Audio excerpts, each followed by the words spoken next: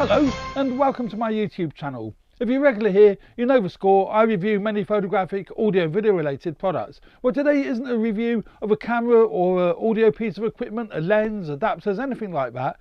It's actually a look at a piece of equipment that was sent to me by the distributor, and it's this here. It transfers old cine film. For those of you that can remember cine film, I used to sell, well, not this sort of kit, but I used to sell cine cameras and projectors in my days in Debenhams in the UK back in the 70s and mid 80s, and that's how I really got into all this sort of game, because I just love video and photography, dating back all those years ago. What this does, it converts it to MP4 files, and then from there you can put it on your computer and do what you want with it really, and edit it. I've got something here queued up that I've transferred using this film. I'm not going to show you it in real time because that's one of its drawbacks, but I'll go into that in just a moment. But it actually transfers it at really good quality considering its price, and it's certainly good enough, I think, for home video or home cine film. All the controls and all the capstan wheels and whatever, they're all plastic, so it's fine for doing small runs of films. So if you've got in the attic, I don't know, 10-15 films, and you want to get them done, it's just as well to buy a machine like this, do it at home yourself, and then sell the machine after you've done the transfers. So it's a kind of win-win situation, isn't it? There will be a link in the description below where you can buy this from, and it's an Amazon affiliate link. So I earn a few pennies, but you don't pay any more. But as I say, I haven't paid for this, but they certainly haven't said to me what I have to say about it. What I'm going to tell you is exactly what I found out about it and what I like and don't like. As with everything, there's always going to be dislikes. But value for money though, you can't get away from the fact that it's only, well, it's under 300 quid, so it don't take the maths to work out very much how many films you have to do it yourself compared to sending it away to be done. Then if you add into that the resale value of a machine, you can see why it becomes, a very worthwhile and a very interesting machine. Basically, it will do 50-foot reels, which is, this size reel with little small reels, so it'll do those little 50-foot reels, and it will do, which is basically 3 inches in diameter, and it will run for about 4 minutes. A Super 8 film will run about 4 minutes, a standard 8 about 4.5 minutes. So it'll do those, and it will do up to a 200-foot reel, which is basically that size reel.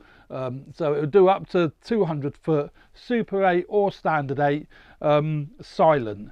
It won't do sound. You will find with some old Super 8 films there is a sound strip on them. This one hasn't got one, but quite often you'll find a very thin magnetic sound strip down the side. It won't do them.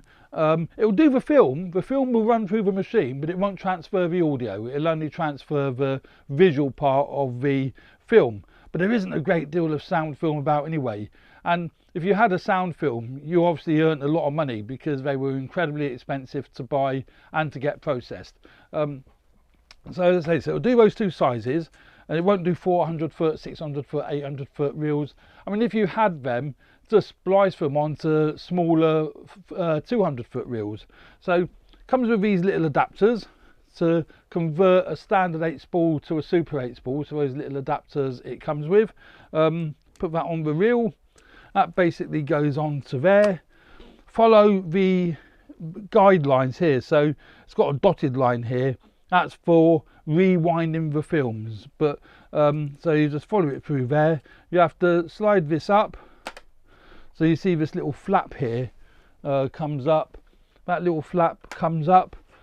You slide the films through there, and you've got to get it under these two little catches, which is not too difficult once you get the hang of it, but anyway, I'm not going to bother with that at the moment. But that goes under the pins. You just push this back down. It won't go down unless I've got it under those pins. Okay, so there we go. That should be under there now. I think that's under there. So that goes down like that. Then you follow these little guidelines. You see here, this little guideline, that follows that route round like that. he says. Do that. That takes up the tension. Feed it into the take-up spool, and then that's now ready to start running the film effectively. So power it on. You've got the on-off switch here. That'll come on. The LED in the machine will come on. It'll make a few clunking noises. You go through the setup, so you make sure it's set to Super 8 or Standard 8. Little switch on the front here, that's set to Super 8, because I can tell that's a Super 8 film. Super 8 sprockets are smaller, Standard 8 sprockets are bigger. Just make sure that's set to Super 8. That's in like that. And then you set the framing up, which I don't bother doing. I find the automatic setting is fine. And it's got a little window here, so you can actually see, well, you can't really see what's going on because it flickers. But you hit the start button. So we go here. Where are we? Start there. That'll say there. What's that say? 3-inch or 5-inch reel. You might not be able to see. It's use these arrow keys to go through what you want, 3-inch or 5-inch. We'll say 3-inch. Hit OK, and it comes out. Don't adjust it. And now that'll just transfer the film. So you wouldn't want to use this machine commercially because it would take too long to do.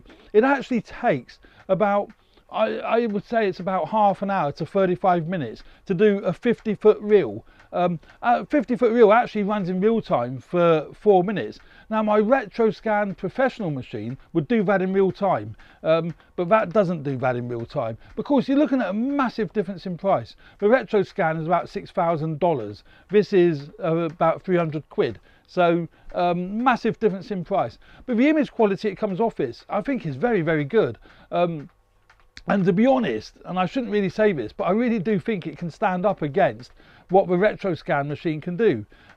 You can, hopefully, if there's no splices in the film, you can leave it running and it will just chug away quite merrily in the background, as long as you've got the film tucked underneath two very tiny little pins. Now hopefully those pins are strong enough to not break over a period of time. As I say, I don't think this really is a machine that is great for commercial use. But as I said earlier, if you've got some in the loft, buy the machine, transfer your films, and then sell the machine. Now what it's doing is converting this analog film. You can see it's flickering. That flicker doesn't come out when you play it back, but it converts these films to MP4 on an SD card. The SD card actually plugs into the back of a machine. I'm not going to take it out now for obvious reasons. And then all you do, you put that in your computer. I'm using Final Cut Pro, and then you will need to adjust the speed of it, because the frame rate that's running at, I would think it's about 30 frames a second. Well, here in the UK, we're running at 25 frames a second. So, and also film was 18 frames a second. So you have to do a little bit of maths while you've got it in your edit suite. I haven't adjusted that at the moment, but the quality of that is fine. I've added a bit of colour to it. I've increased the colour a bit. And I've done a few other, minor tweaks to it. For home cine, I don't think anyone's going to have an issue with the image quality that this machine produces. My only concern would be its, how good it would last if you're doing lots and lots of films, because it's plastic.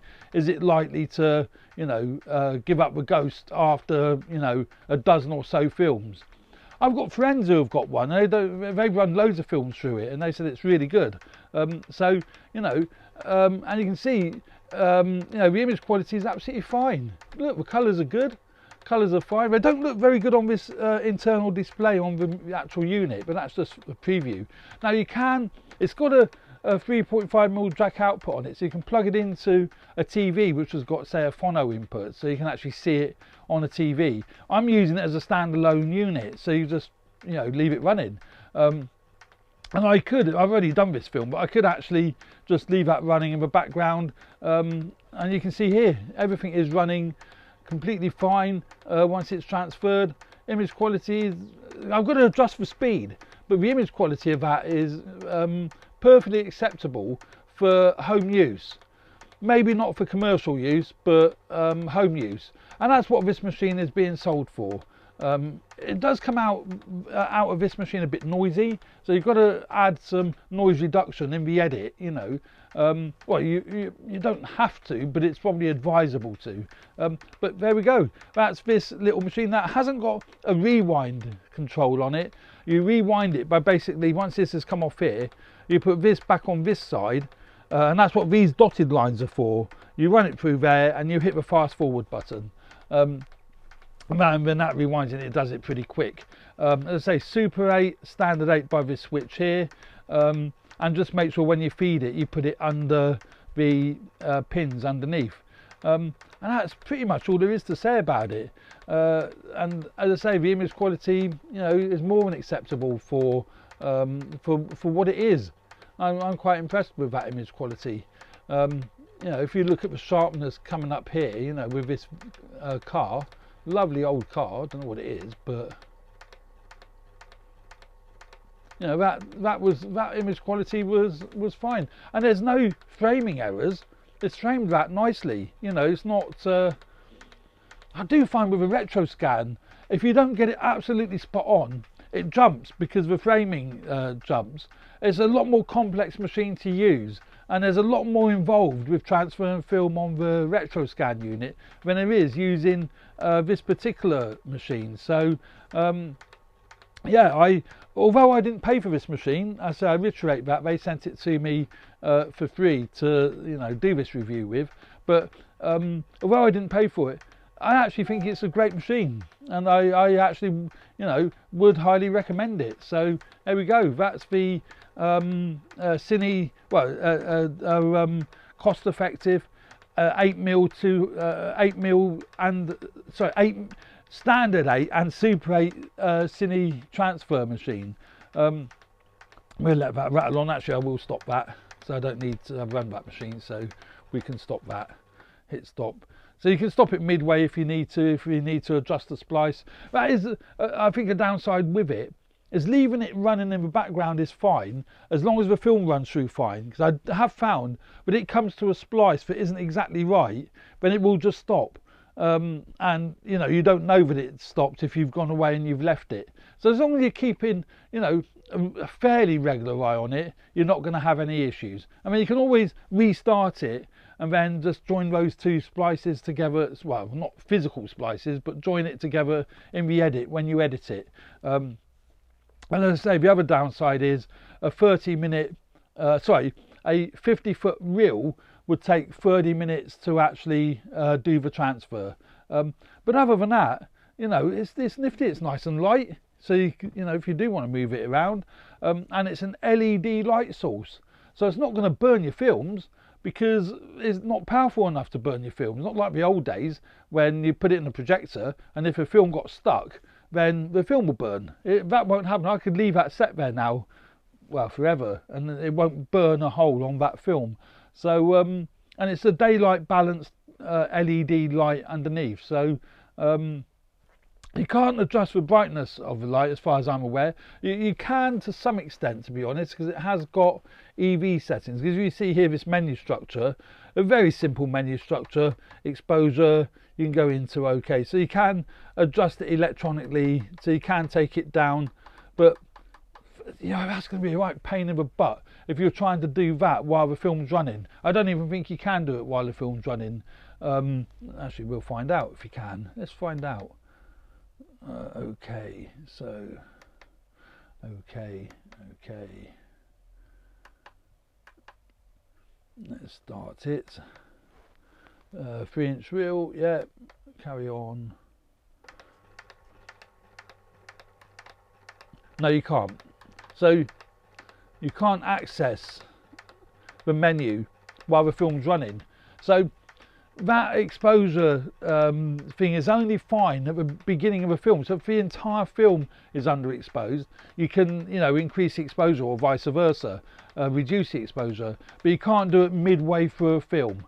So I tend to leave it at 0 and then adjust the exposure if you need to in the edit. But yeah, I still really like this machine. The display's quite small, but you know, it's fine for just setting it up. You know, it's not an issue from that point of view, and it's fairly quiet in the background there. It's not making a great deal of noise. So yeah, that's the Super 8 and Standard 8 Cine machine. I hope you found that useful. If you'll only find it useful obviously if you've got some old cine film knocking around that you do want transferring. It may be worth, as I said to you earlier, looking at that, buying it, doing your transferring your films, and then reselling it on eBay or some other form of auction site or whatever. So here we go. Thanks very much for watching. Please subscribe to my channel if you haven't already done so. If you like this video, please hit the like button, and subscribe if you, I mean, most of my videos are more related to video and photography and camera gear, so this is a bit of an oddball, this one. Thanks very much for watching, and stay tuned for more videos. Thanks very much. Bye for now.